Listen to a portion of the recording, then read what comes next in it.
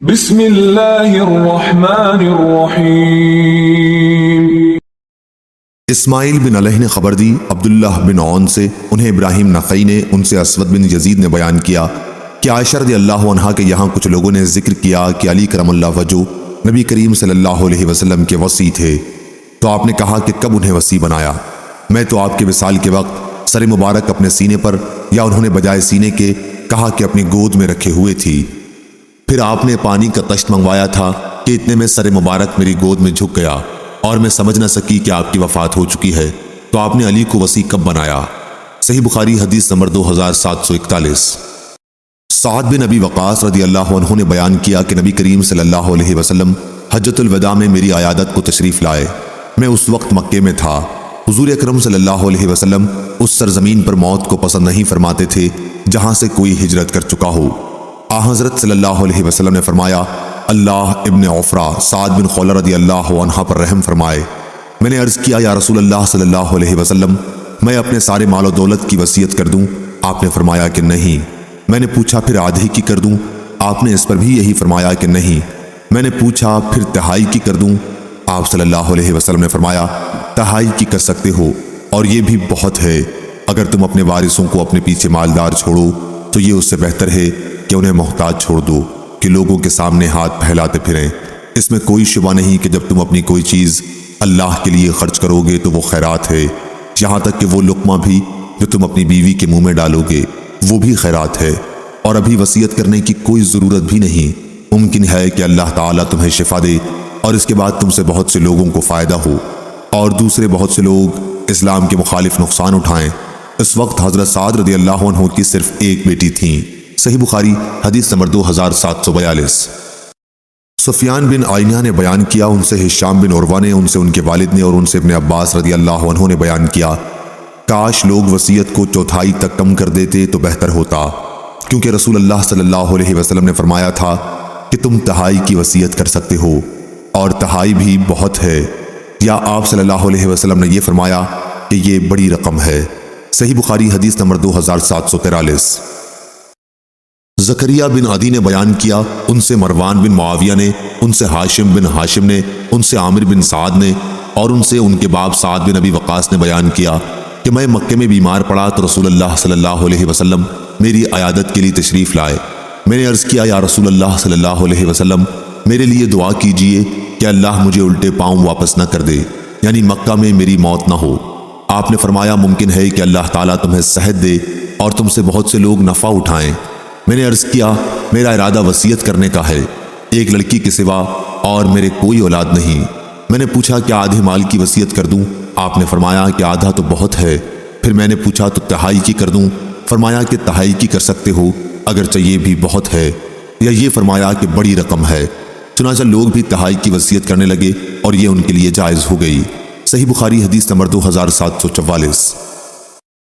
عبداللہ بن مسلمہ قامبی نے بیان کیا، کہا ہم سے امام مالک نے ابن شہاب سے، وہ عروہ بن زبیر سے، اور ان سے نبی کریم صلی اللہ علیہ وسلم کی زوجہ مطہرہ عائشہ رضی اللہ عنہا نے بیان کیا کہ عتبہ بن ابی وقاص نے مرتے وقت اپنے بھائی سعد بن ابی وقاص رضی اللہ عنہ کو یہ وصیت کی تھی کہ زماں کی باندی کا لڑکا میرا ہے، اس لیے تم اسے لے لینا۔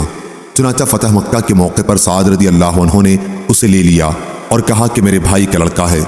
انہوں نے اس بارے میں مجھے اس کی وصیت کی تھی۔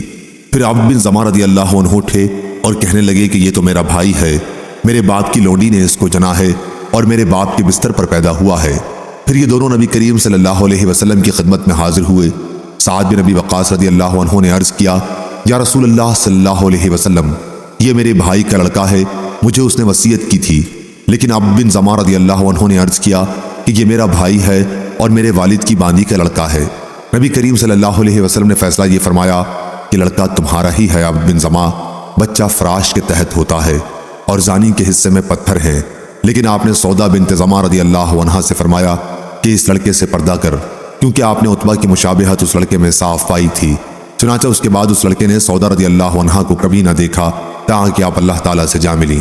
صحیح بخاری حدیث نمبر 2745۔ حمام نے بیان کیا قتادہ سے اور ان سے انس رضی اللہ عنہ نے کہ ایک یہودی نے ایک انصاری لڑکی کا سر دو پتھروں کے درمیان میں رکھ کر کچل دیا تھا۔ لڑکی سے پوچھا گیا کہ تمہارا سر اس طرح کس نے کیا ہے؟ کیا فلاں شخص نے کیا؟ فلاں نے کیا؟ آخر یہودی کا بھی نام لیا گیا جس نے اس کا سر کچل دیا تھا، تو لڑکی نے سر کے اشارے سے ہاں میں جواب دیا۔ پھر وہ یہودی بلایا گیا اور آخر اس نے بھی اقرار کر لیا، اور نبی کریم صلی اللہ علیہ وسلم کے حکم سے اس کا بھی پتھر سے سر کچل دیا گیا۔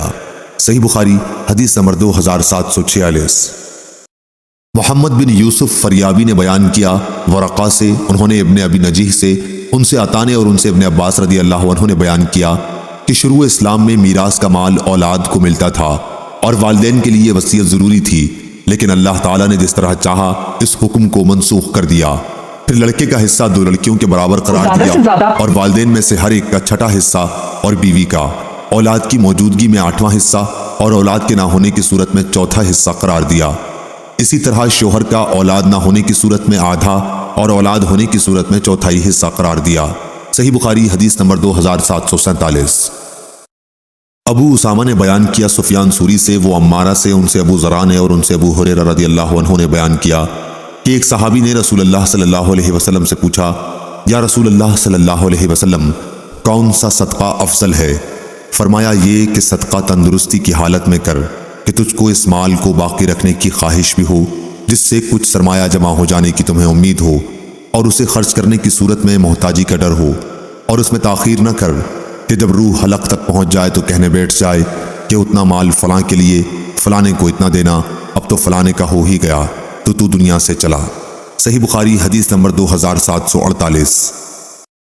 سلیمان بن داؤد ابی ربیع نے بیان کیا، انہوں نے کہا ہم سے اسماعیل بن جعفر نے، انہوں نے کہا ہم سے نافع بن مالک بن ابی عامر ابو سہیل نے، انہوں نے اپنے باپ سے، انہوں نے ابو ہریرہ رضی اللہ عنہ سے، انہوں نے حضرت صلی اللہ علیہ وسلم سے، آپ نے فرمایا منافق کی 3 نشانیاں ہیں، جب بات کہے تو جھوٹ کہے، اور جب اس کے پاس امانت رکھیں تو خیانت کرے، اور جب وعدہ کرے تو خلاف کرے۔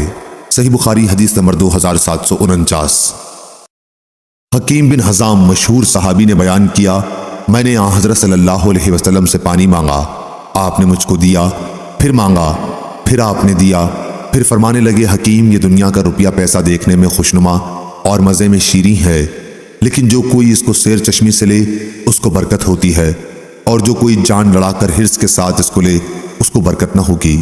اس کی مثال ایسی ہے جو کماتا ہے لیکن سیر نہیں ہوتا، اور اوپر والا دینے والا ہاتھ نیچے والے لینے والے ہاتھ سے بہتر ہے۔ حکیم نے عرض کیا یا رسول اللہ صلی اللہ علیہ وسلم، قسم اس کی جس نے آپ کو سچا پیغمبر کر کے بھیجا، میں تو آج سے آپ کے بعد کسی سے کوئی چیز کبھی نہیں لینے کا، مرنے تک۔ پھر حکیم کا یہ حال رہا کہ ابو بکر صدیق رضی اللہ عنہ ان کا سالانہ وظیفہ دینے کے لیے ان کو بلاتے، وہ اس کے لینے سے انکار کرتے۔ پھر حضرت عمر رضی اللہ عنہ نے بھی اپنی خلافت میں ان کو بلایا ان کا وظیفہ دینے کے لیے، لیکن انہوں نے انکار کیا۔ حضرت عمر کہنے لگے مسلمانوں تم گواہ رہنا، حکیم کو اس کا حق جو لوٹ کے مال میں اللہ نے رکھا ہے دیتا ہوں وہ نہیں لیتا۔